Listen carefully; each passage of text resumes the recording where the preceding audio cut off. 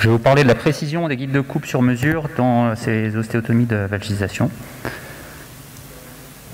On est tous d'accord que l'ostéotomie, si on est là aujourd'hui, est un traitement globalement accepté dans l'arthrose fémoro-tibiale interne sur le génuvarum.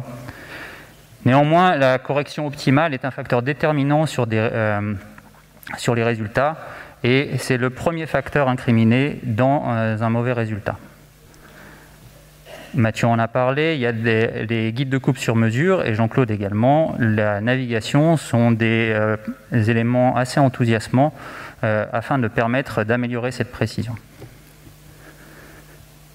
C'est pour cela que nous avons conduit une étude dont l'objectif principal était de comparer la précision des guides de coupe sur mesure à une méthode de planification standard. Nous avons également comparé la durée de la chirurgie dans les deux procédures et le taux de complications dans les deux groupes. Il s'agissait d'une série personnelle rétrospective sur 7 ans, avec un premier groupe qui comprenait des guides de coupe sur mesure, dont la planification préopératoire était basée sur la goniométrie et sur la réalisation d'un scanner avec des coupes millimétriques sur la hanche, le genou et la cheville, permettant de modéliser la réalisation de l'ostéotomie. Dans le groupe standard, la planification a été réalisée sur des goniométries selon la technique de Mignacci. Les critères d'inclusion étaient uniquement les ostéotomies tibiales de valgisation isolées. Nous avons exclu les patients chez qui nous avons réalisé une reconstruction du ligament croisé antérieur concomitante ou une double ostéotomie.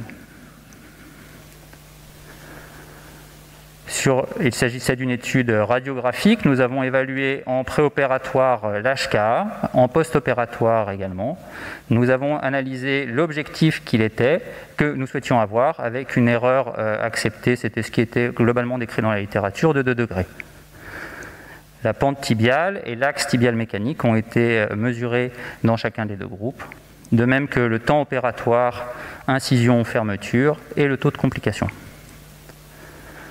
Au total, on a inclus 87 patients dans l'étude. Il y avait 49 patients dans le groupe guide de coupe et 38 patients dans le groupe standard. Ces patients étaient matchés en termes de déformation initiale, d'âge, de poids et de taille. Le recul, vous voyez la répartition dans les deux groupes. Le recul global était similaire dans les deux groupes, un peu plus de 13 mois.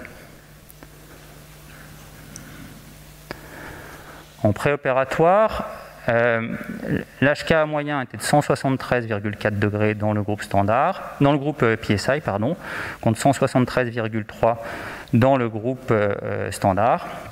L'objectif de correction était de 182,8 dans le groupe PSI, contre 184 dans le groupe standard. C'était au début de ma pratique et je ciblais tous mes patients à 184 degrés à l'époque. À partir du moment où je suis passé sur les guides de coupe sur mesure, je me suis mis à adapter la correction en fonction d'un certain nombre de critères.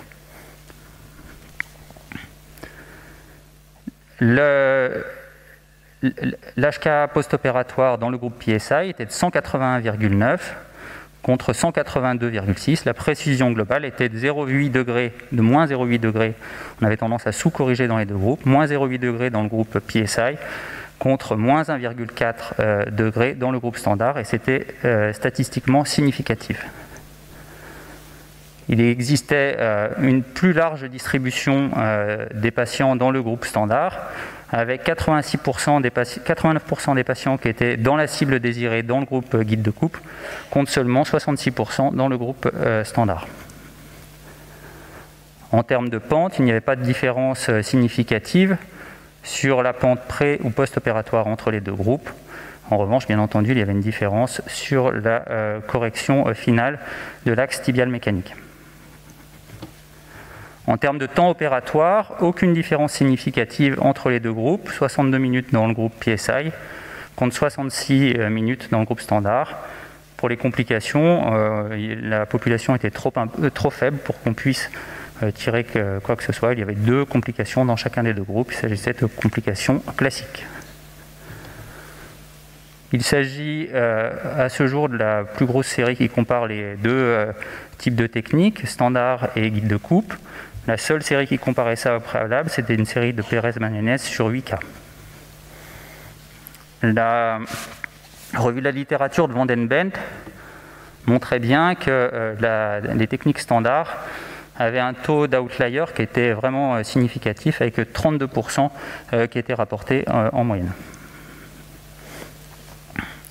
Qu'en est-il des séries de guides de coupe? Vous voyez qu'il y a peu de séries qui qui analysent les résultats des guides de coupe. C'est des petites séries et globalement sans groupe contrôle. La précision globale est bonne, d'environ 1 degré dans les deux groupes. Dans les techniques avec guide de coupe, c'est ce que nous avons retrouvé.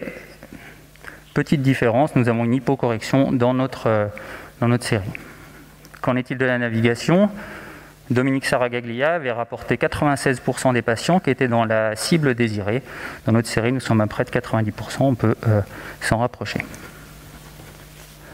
En termes de temps opératoire, deux séries, une série portugaise et une série marseillaise ne rapportaient pas d'augmentation du temps chirurgical après l'utilisation de guide de coupe. Ce n'est pas vraiment le cas avec la navigation, avec une augmentation du temps de chirurgie de 10 à 30 minutes. Au total, les guides de coupe sur mesure permettent d'obtenir une supériorité en termes de précision comparée à la technique standard, sans augmenter le temps chirurgical et le taux de complications. En revanche, il y a un coût net, environ 200 €, et une irradiation certaine liée à la planification préopératoire. Je vous remercie.